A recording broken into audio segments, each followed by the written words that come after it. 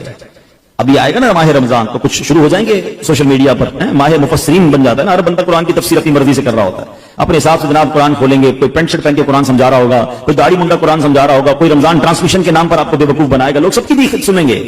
اللہ کے بندو، یہ ایمان کے بعض اوقات لوگ ڈاکو ہوتے ہیں. ہمیں قرآن سیکھنا ہے، مگر عالم دین سے سیکھنا ہے نا، مفسر قرآن سے سیکھنا ہے. ایک صحیح العقیدہ عاشق رسول عالم دین سے سیکھنا ہے، کہ ہر کسی سے سیکھنا ہے.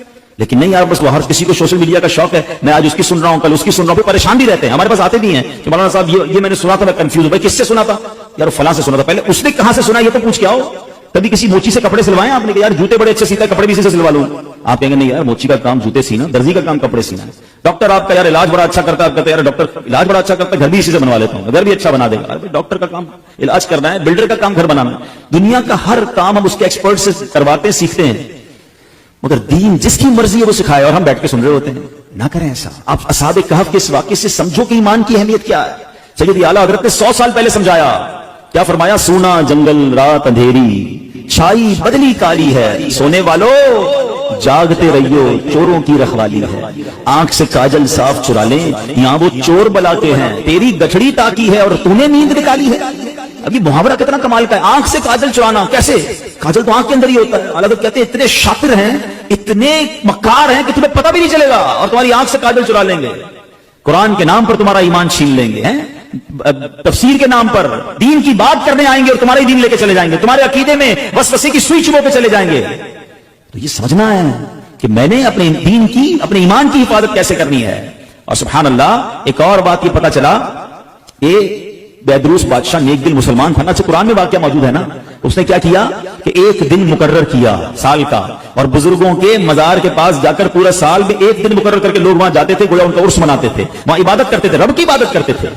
تو پتا چلا کہ آج بھی اگر بزرگان دین کے مزارات پر کوئی سال میں ایک دن مقرر کر کے اللہ کی عبادت وہاں کی جائے اور ان کا عرس منایا جائے، فاتحہ پڑھی جائے، تو اس میں کوئی حرج نہیں ہے. اصحاب کہف کا یہ واقعہ ہی ہمیں یہ سبق دے رہا ہے، قرآن ہمیں یہ بتا رہا ہے. سبحان اللہ. تو بہرحال میرے پیارے اسلامی بھائیوں، یہ ایک واقعہ بیان کرنے کا مقصد یہ تھا کہ قرآن میں کیسے کیسے خزانے موجود ہیں. تو پلیز اس رمضان میں صرف قرآن پاک کی تلاوت نہیں کرنی، قرآن پاک کو انڈرسٹینڈ کرنے کی طرف بھی آئیں. اللہ کی رحمت سے دعوت اسلامی کے ماحول میں ہمیں تفسیر قرآن صراط الجنان بڑی آسان اردو